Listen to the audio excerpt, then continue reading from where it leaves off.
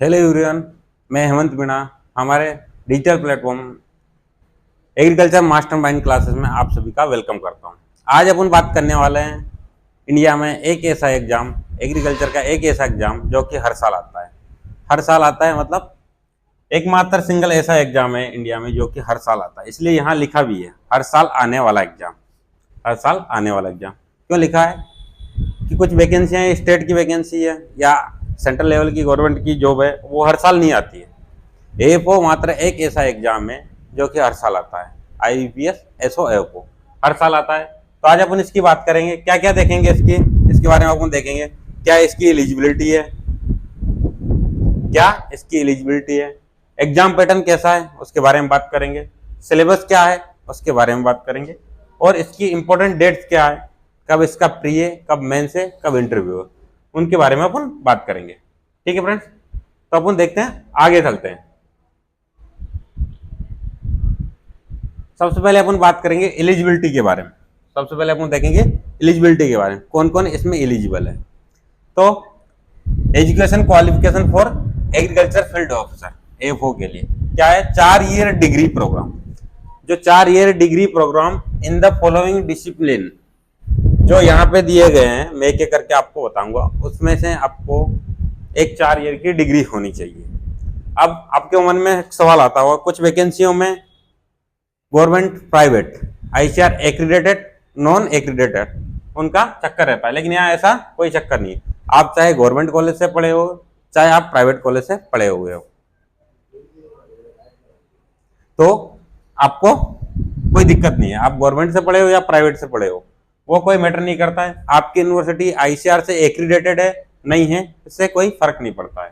ठीक है, तो अपन देखेंगे कौन कौन इसके लिए एलिजिबल है, कौन कौन इसमें एलिजिबल है। सबसे पहले अपन बात करते हैं बीएससी एग्रीकल्चर। अगर आपने एग्रीकल्चर से बीएससी किया है तो आप इसके लिए एलिजिबल है। दूसरा है बीएससी हॉर्टिकल्चर, तो भी आप इसके लिए एलिजिबल है। ठीक है, तीसरा है एनिमल हस्बेंड्री से, अगर आपकी कोई डिग्री है जो एनिमल हस्बेंड्री से है तब भी आप इसके लिए एलिजिबल है। फोर्थ नंबर पे वेटनरी साइंस, वेटनरी से आपकी कोई डिग्री है तब भी आप इसके लिए एलिजिबल है। अगला है डेयरी साइंस, डेयरी से आपकी कोई डिग्री है तो भी आप एलिजिबल है। फिशरी साइंस, अगर आपकी फिशरी से कोई डिग्री है तो भी आप एलिजिबल है। फिशिकल्चर तो भी आप एलिजिबल है। एग्री मार्केटिंग एंड कोऑपरेशन से अगर आपकी कोई डिग्री है तो भी आप इसके लिए एलिजिबल है। कोऑपरेटिव और बैंकिंग से अगर आपकी कोई डिग्री है तो भी आप इसके लिए एलिजिबल है। 10वें नंबर पे agro forestry, agro forestry, agro forestry और फॉरेस्ट्री, अगर आपकी इनसे डिग्री है तो भी आप एलिजिबल है। बीएससी फॉरेस्ट्री वाले भी इसमें एलिजिबल है। एग्रीकल्चरल बायोटेक्नोलॉजी, इससे संबंधित अगर आपके पास डिग्री है तो भी आप एलिजिबल है।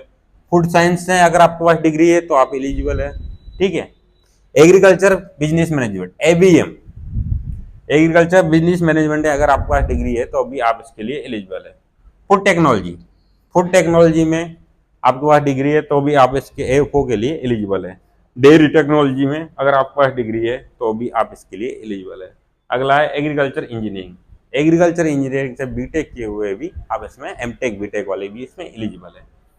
अब बहुत ही अच्छी जॉब है। अच्छी जॉब क्यों है? पहली बात तो हर साल आती है। अगर अपन किसी चीज की प्रिपरेशन करते हैं तो जो एग्जाम हर साल आ ही नहीं रहा उसकी अपन को कोई संभावना नहीं कब एग्जाम आएगा, लेकिन एएफओ, इसीलिए तो मैंने लिखा है यहाँ पे हर साल आने वाला एकमात्र एग्जाम। क्यों लिखा?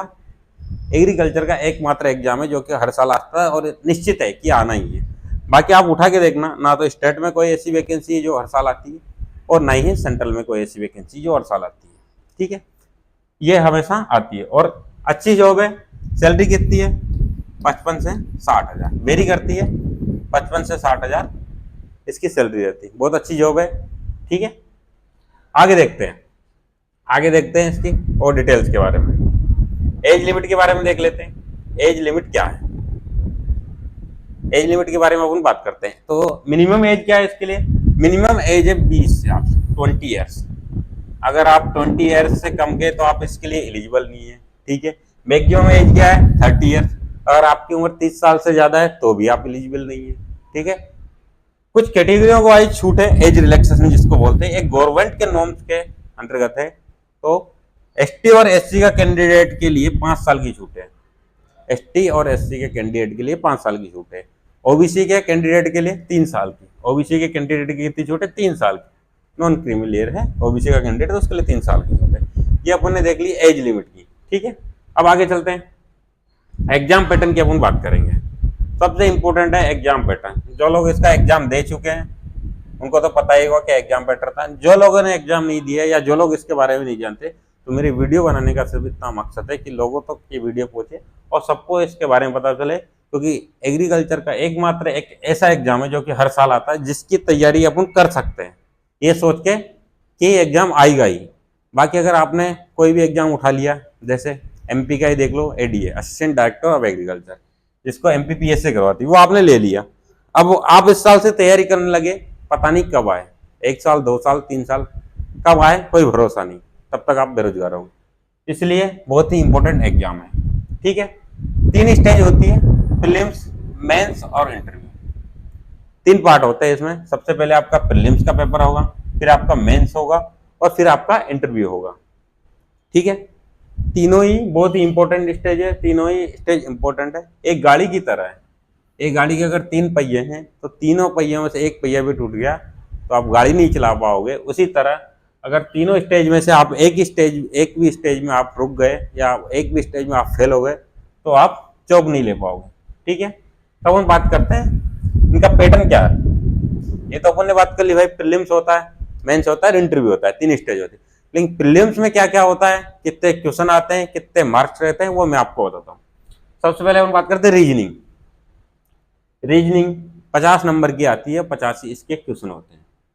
50 क्वेश्चन 50 मार्क्स रीजनिंग के, और time 40 minutes, time 40 minutes 40 minute का टाइम रहता है। टाइम का भी आप थोड़ा सा समझ लीजिए, अगर अपन व्यापम का कोई एग्जाम देते हैं या कोई स्टेट पीसीएस का इनका एग्जाम देते हैं तो उनमें टाइम का ऐसा रहता है कि मान लो 2 घंटे, एग्जाम्पल के लिए बता रहा हूँ, 2 घंटे का पेपर है तो 2 घंटे में आप कोई से भी सेक्शन को उठा के कर लो। लेकिन यहाँ ऐसा नहीं है, यहाँ 2 घंटे का टाइम तो आपको मिल रहा है, लेकिन अगर आप चाहे इन 2 घंटे में से 1 घंटे भैया मैं तो इंग्लिश करूंगा, नहीं कर सकते। सबके लिए पर्टिकुलर टाइम है। ये 40-40 मिनट का टाइम यहाँ क्यों लिखा हुआ है, इन 40-40 मिनट के टाइम में आपको इसको सोल्व करना है। रीजनिंग के लिए 40 मिनट का टाइम मिलेगा। 40 मिनट में आपने जितने भी क्वेश्चन रीजनिंग के सोल्व कर लिए, अगर छूट गए तो अगला सेक्शन अपने आप ऑटोमेटिक खुल जाएगा, इंतजार नहीं करेगा आपका किसी भी क्लिक का, अपने आप इंग्लिश रीजनिंग से क्वांट एप्टीट्यूड पे आ जाओगे, इसको मैथ बोलते हैं, ठीक है। वैसे ही इंग्लिश का है, तो ये टाइम का आपको थोड़ा सा ध्यान रखना होता है इसमें। दूसरा है अपना क्वांट, जिसको मैथ बोलते हैं, क्वांटिटिव एप्टीट्यूड, जिसको मैथ बोला जाता है। ये भी आपके 50 क्वेश्चन आते हैं, 50 मार्क्स के होते हैं और 40 मिनट का टाइम इसका होता है, ठीक है। तीसरा है इंग्लिश, थर्ड है इंग्लिश। इंग्लिश में आपके 50 क्वेश्चन तो होते हैं लेकिन मार्क्स आपके 25 होते हैं, यानी इंग्लिश का एक क्वेश्चन आपका हाफ मार्क का रहता है, ठीक है। ऐसे मिला के टोटल 125 मार्क का एग्जाम होता है, 125 मार्क का एग्जाम होता है। टोटल नंबर ऑफ क्वेश्चन होता है 150, टाइम आपका टोटल रहता है 2 घंटे का, ठीक है। ये मैंने आपको प्री के बारे में बता दिया, ये मैंने आपको प्री के बारे में जानकारी दे दी। अब अपन बात करेंगे मेंस के बारे में। अब अपन बात करेंगे मेंस के बारे में। मेंस अपना इंपॉर्टेंट है। प्री सिर्फ आपका क्वालिफाइंग नेचर का रहता है। प्री क्या रहता है, आपका क्वालिफाइंग नेचर का रहता है। कैसे क्वालिफाइंग नेचर का रहता है, आपको प्री में, अगर आप प्री में टॉप भी कर गए तो आपके उसके मार्क्स आपकी मेरिट में, आपके सिलेक्शन में योगदान नहीं देंगे। वहां पे सिर्फ आपको क्या करना है, कट ऑफ को पार करना होता है। प्री को क्वालिफाइंग नेचर का क्यों कहा गया है, क्योंकि उसको सिर्फ आप कट ऑफ को पार करना है, कट ऑफ को पार करना है। पहले तो आपको तीनों सेक्शन, रीजनिंग, मैथ और इंग्लिश के सेक्शन की कट ऑफ पार करनी है और फिर ओवरऑल कट ऑफ को आपको पार करना है, ये उसका रहता है। मेंस में क्या रहता है, प्रोफेशनल नॉलेज। अब भाई प्रोफेशनल नॉलेज की बात कर रहा है तो प्रोफेशनल नॉलेज क्या होती है। अब आपने बीएससी एग्रीकल्चर की है तो आपके लिए प्रोफेशनल नॉलेज सिर्फ एग्रीकल्चर नहीं है, जितने डिसिप्लिन, क्योंकि आप अकेले बीएससी एग्रीकल्चर वाले इसमें फॉर्म नहीं डालते हैं। जो 17 डिसिप्लिन मैंने आपको बताई है, fishery, horticulture, forestry, animal husbandry, veterinary, जो मैंने अभी थोड़ी देर पहले बताई, वो सभी इसमें एलिजिबल होते हैं, फॉर्म डालते हैं, तो सभी से क्वेश्चन अप्रोक्स इसमें आते हैं। वो भी सिलेबस के बारे में अपन आगे बात करेंगे। अभी बात करते हैं कि प्रोफेशनल नॉलेज यानी एग्रीकल्चर से कितने क्वेश्चन आते हैं। 60 क्वेश्चन आते हैं, 60 मार्क के रहते हैं, यानी 60 क्वेश्चन आएंगे आपके, 60 ही उनके नंबर रहेंगे, ठीक है। और 45 मिनट्स के आते, टाइम कितना रहेगा आपको? 45 मिनट, 45 मिनट का आपके पास टाइम रहेगा। आप तो सोच रहे होंगे कि भैया 45 मिनट है, 60 क्वेश्चन करने आराम से हो जाएंगे। अच्छी बात है, आराम से, लेकिन इतना इजी नहीं है। व्यापम की तरह यहाँ एक सिंगल लाइन का क्वेश्चन नहीं आता है। जैसे व्यापम ने क्वेश्चन पूछा कौन सा इंस्टीट्यूट कहाँ पे है, Indian institute of social science कहाँ पे है, ये व्यापम का क्वेश्चन होगा। लेकिन अगर बैंकिंग में वो क्वेश्चन आएगा तो उसको 3 लाइनों में पहले घुमाया जाएगा तोड़ मरोड़ के, और लास्ट में जब आपको नीचे पढ़ेंगे तो पता चलेगा अरे ये तो IAS के बारे में बात कर रहा है। ऐसा होता है बैंकिंग का पैटर्न। ठीक है, तो आपको ये 45 मिनट भी कम पड़ेंगे, लेकिन कम भी पड़े या ज्यादा पड़े कुछ भी हो, टाइम तो टाइम है, तो आपको इसी में हैंडल करना है एग्रीकल्चर का। ठीक है, ये एग्रीकल्चर का हो गया। अब हम थोड़ा सा बात करते हैं कि प्री में रफली मैं आपको थोड़ा सा बताता हूँ क्या क्या चीजें आती है। वैसे तो प्री के लिए अपन को कोई धुरंधर नहीं बनना है, अपन बैंक PO का एग्जाम नहीं दे रहे हैं, अपन SSC के लिए नहीं पढ़ रहे हैं, अपन रेलवे के नहीं पढ़ रहे हैं, तो अपन को प्री पे इतना लोड नहीं देना। इसको बहुत रफली पढ़ना है और सिलेक्टेड टॉपिक पढ़ना है। यहाँ जितने लिखे हैं इतने, और इससे कम भी पढ़ोगे तो आपका काम हो जाएगा, लेकिन आपको सिलेक्टेड चीजें और अच्छी पढ़नी है। वो मैं आपको बाद में बताऊंगा कैसे पढ़ना है। फिलहाल के लिए मैं आपको बता देता हूँ क्या क्या अपन को पढ़ना पड़ता है। सबसे पहले अपन बात करते हैं प्री में क्वांटिटेटिव एप्टीट्यूड के बारे में। क्वांटिटेटिव एप्टीट्यूड के बारे में मैं बात कर रहा हूँ। क्वांटिटेटिव एप्टीट्यूड में सबसे पहले नंबर सीरीज को आपको पढ़ना है, नंबर सीरीज पढ़ना है। दूसरा आपको सिंप्लीफिकेशन के बारे में पढ़ना है। तीसरा DI डाटा सफिशिएंसी पढ़ना होता है। मेंसुरेशन आपको पढ़ना पड़ता है।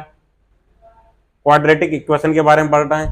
परसेंटाइल के बारे में पढ़ना है। पार्टनरशिप के बारे में पढ़ना है और एज प्रॉब्लम के बारे में पढ़ना है। ठीक है, रेशियो एंड प्रोपोर्शनल के बारे में पढ़ना है। सिंपल इंटरेस्ट के बारे में पढ़ना है।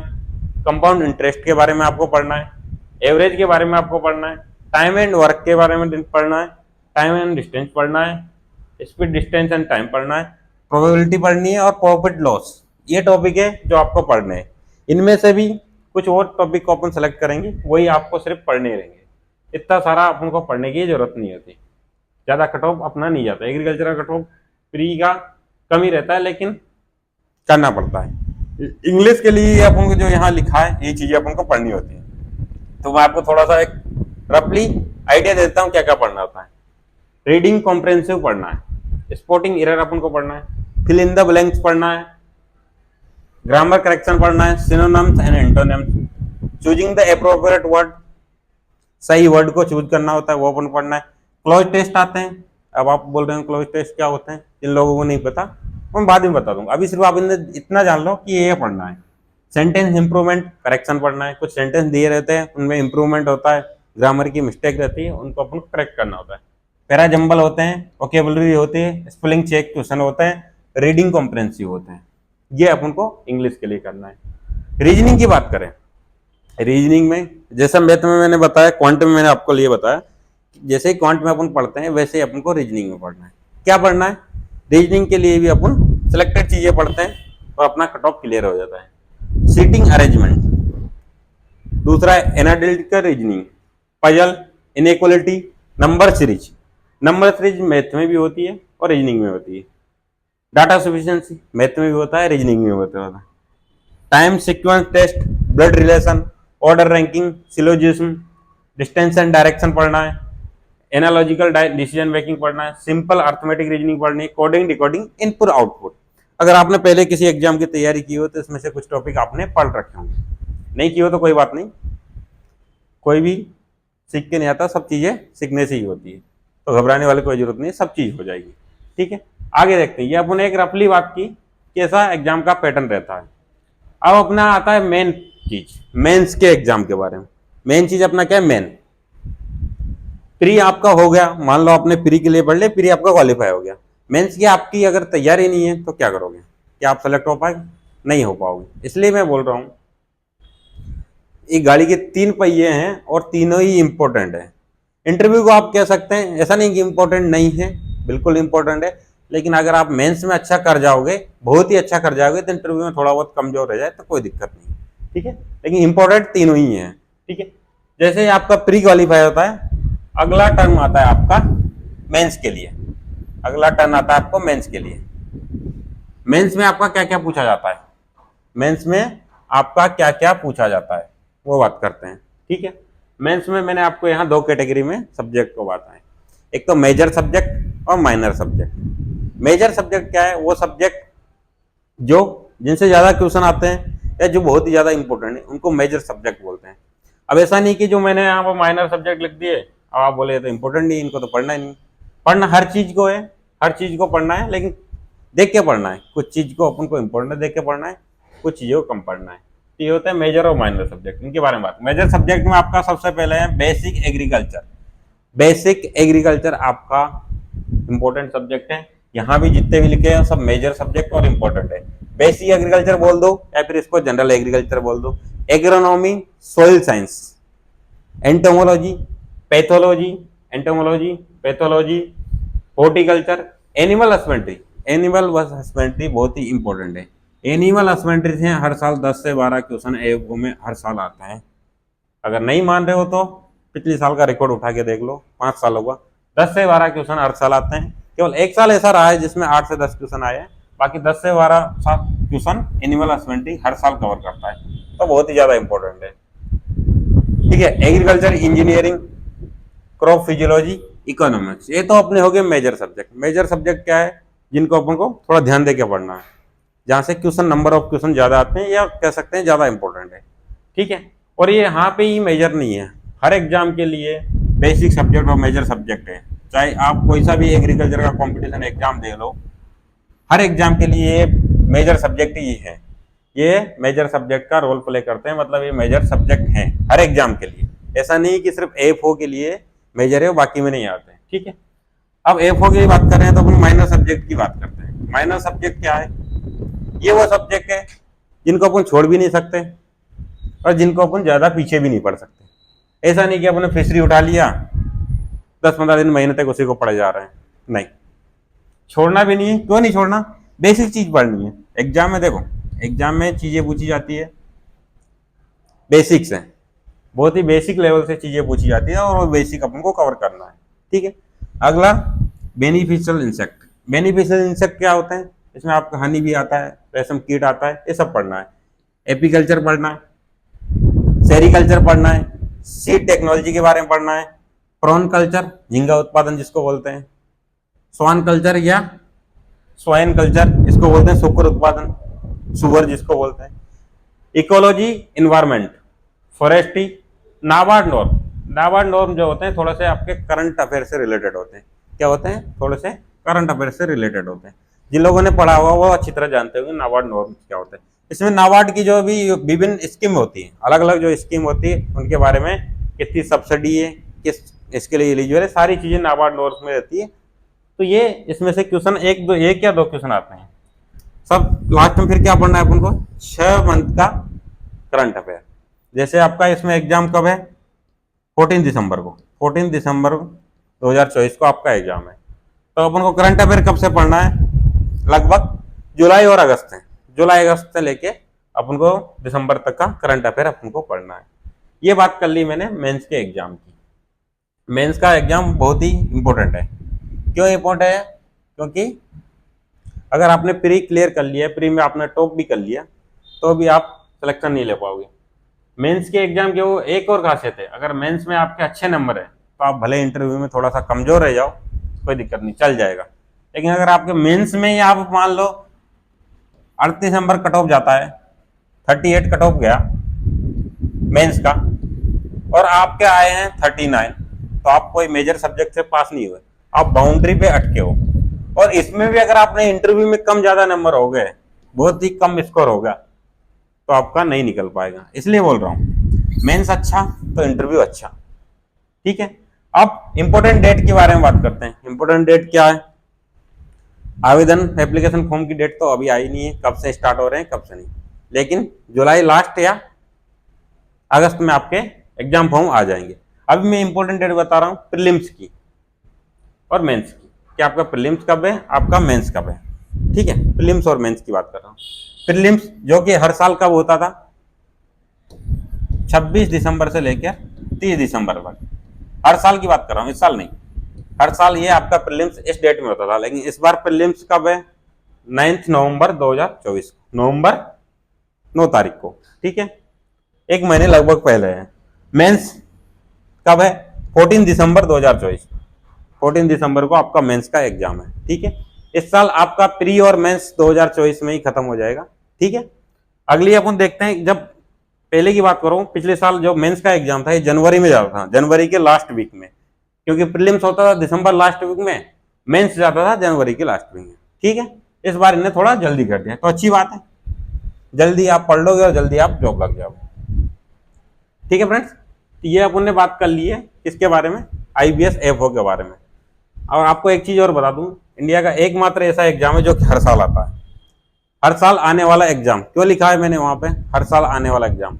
एग्रीकल्चर का एकमात्र ऐसा एग्जाम है जो कि निश्चित है कि ये आना ही आना है, बाकी कोई भी एग्जाम अपना निश्चित नहीं होता, FO का अपना निश्चित होता है। ठीक है फ्रेंड्स, मिलते हैं अगली क्लास में। Thank you.